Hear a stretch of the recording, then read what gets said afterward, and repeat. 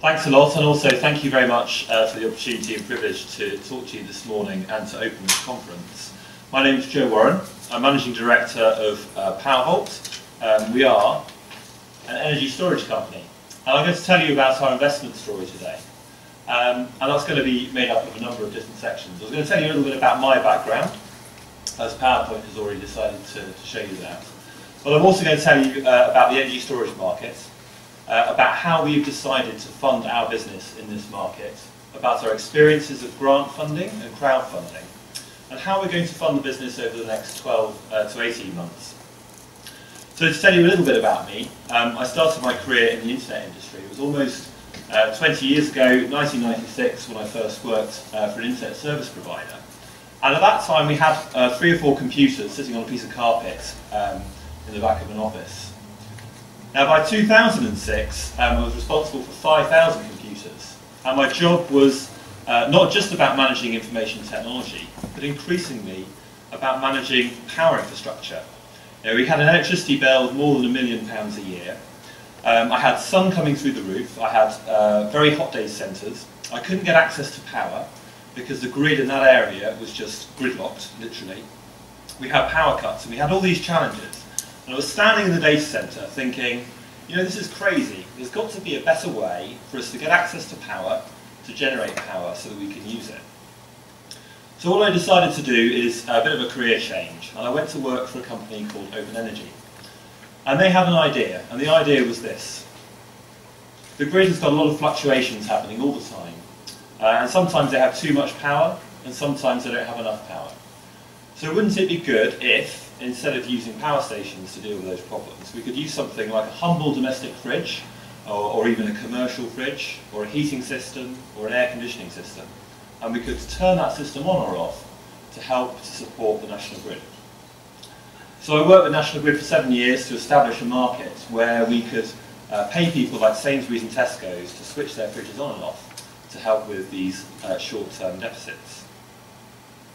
Now, towards the end of my time at Open Energy, I started to think really seriously about energy storage. And I'd like to tell you a bit about why energy storage is really important to me and why I think it's important to you as well.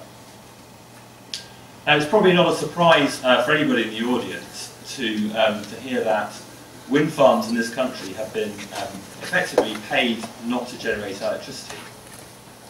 And this is either a big problem, or depending on which newspaper you read, potentially a very big opportunity for the UK. I was looking at this market, as I did when I worked at Open Energy, at the times of day and the reasons why these wind farms were being paid not to generate electricity. And there were sort of 2 key things. And the first is the energy is in the wrong place. So we've got all the wind in Scotland, and all the demand is in London. So, you know, we're going to turn off these wind farms to stop the energy being in the wrong place, and then we'll turn on a power station in the south. But increasingly, and over the last couple of years, that problem has moved more towards the energy being generated just at the wrong time. So at 3 AM in the morning, there's just too much wind. And I thought, you know, rather than paying the wind farms not to generate electricity, why don't you pay me and I'll store it, and then I'll use it later to do something useful. Because energy storage is one of the solutions to this problem. However, this problem is not just a problem in Scotland, it's also a problem elsewhere. It's a problem in Germany. And this graph is a similar graph showing you the daily generation profile of the German grid. And you can see the blue is the wind, and the yellow is the sun. And the sun is causing a problem as well, because there's too much sunshine. The line you can see is the electricity price, and the price goes negative to minus 200 euros a megawatt hour in the middle of the day. And energy storage can solve this problem as well. And we talk a lot in the energy industry about the trilemma. It's not just about renewables causing problems on the grid, but it's also about energy security. How can we get access to the power that we need? And it's also about energy costs. How can homeowners afford to pay for energy security and for renewable energy and to reduce the carbon emissions of the grid? And energy storage can solve some of these problems as well. Now, this is also not just a national problem. You will probably have seen in your street where you live solar panels appearing on the roofs of houses.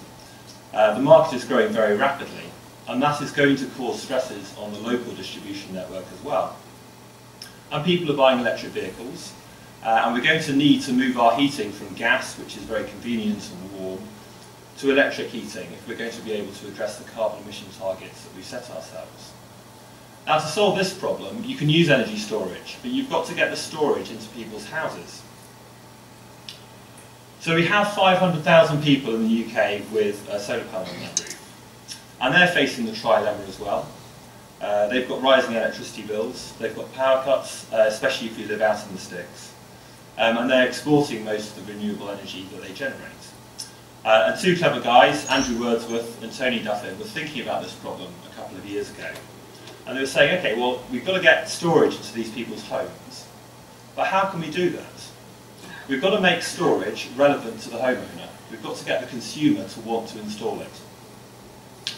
So they came up with this product, the Powervault, and quite simply, the aim is to save customers money and to help them deal with power cuts by storing the energy in their homes and then giving it back to them at a time when they need it. We've got a great team. I already talked about Tony and Andrew, who founded the business. I've already talked about myself a little bit. Tony has got more than 20 years experience in engineering and in low carbon engineering. He works at Carbon Trust and AEA Technologies, among other places. Our chairman, Simon Ackland, who you'll see a bit more of over the course of today, has got more than 30 years experience in venture capital and was managing director of Questa. And he's seen a number of small businesses like us from sort of conception to a successful exit. Our co-founder, Andrew Wordsworth, was managing director of Carbon Trust Enterprises Limited, and he raised more than £250 million of equity commitments for about 20 businesses.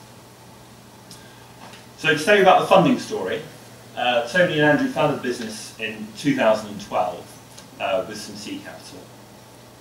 Effectively, what we've done is gone from this prototype all the way to a production model, and we've now sold some units to customers. And I guess through that period, there's been two main sources of capital. The first is grant funding, and then more recently, we went to do some crowdfunding. And I'm going to tell you about both of those sources of funding next. I think it's fair to say I wouldn't be standing here today, and Powervault wouldn't exist if it weren't for the support of the grant funding and the prizes that we've received over the last 2.5 years. Particularly Climate Kick and Innovate UK have provided a huge amount of cash assistance, as well as mentoring and coaching, which has been extremely useful. We've also received some very good recognition and cash from Nesta, from Shell Springboard, and from the Royal Bank of Scotland. Now the Prince's Trust have supported us as well, and they've got a scheme that will effectively create a job for a young person on the London living wage, and effectively they've helped us to create that job for somebody who is working in the organisation. Now, in terms of the crowdfunding, we obviously had some initial capital, and we used grant funding to cover the early part of our development. We decided that we needed to raise some money back in August, and we had a very interesting experience of crowdfunding. It's something that I wanted to tell you about today. So we decided at the end of August that we were going to run a crowdfunding campaign, and we decided to use Crowdcube. Crowdcube is one of the larger crowdfunding websites, particularly when you're thinking about equity investments. It took us around 4 weeks to go from the idea of using Crowdcube to fund the business to getting online and launching our pitch. And that was an extremely busy time. We had to effectively film the video. That's one of the key differences between crowdfunding and some of the other funding routes.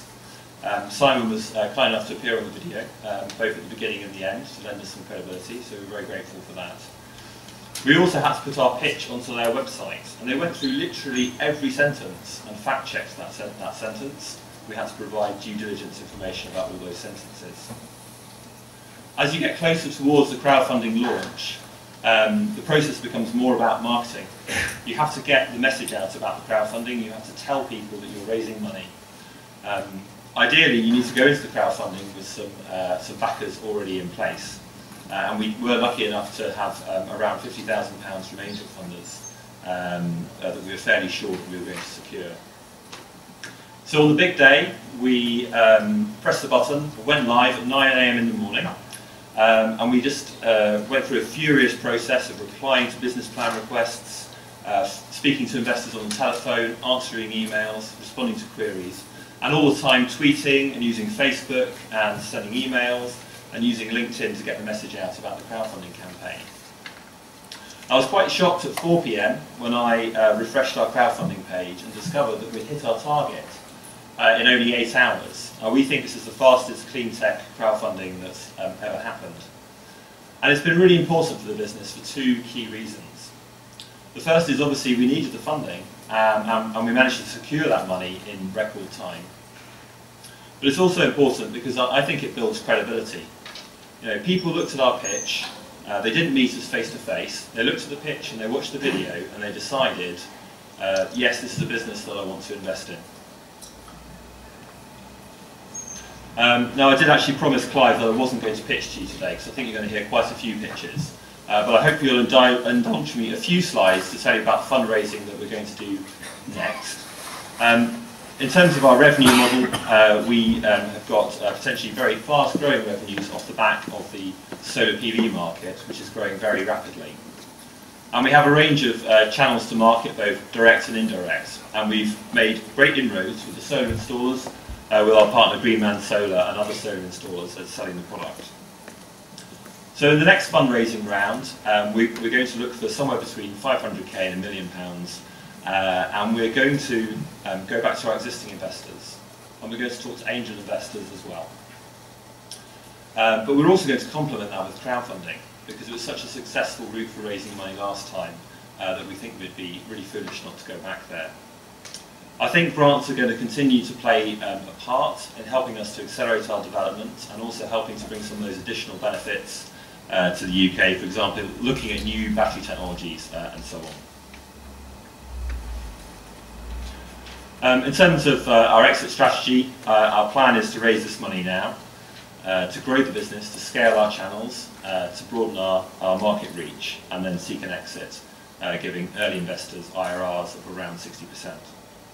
I think just one other thing from the point of view of a small company is that SEIS and EIS have been amazingly valuable. Those schemes have really helped to encourage investors to invest in the business. So I've talked today about energy storage, I've talked about why it's important, and I've talked as well about the need for all different shapes and sizes of energy storage. You know, it's not just about the really large projects, but there is a lot of value in energy storage being in people's homes in particular.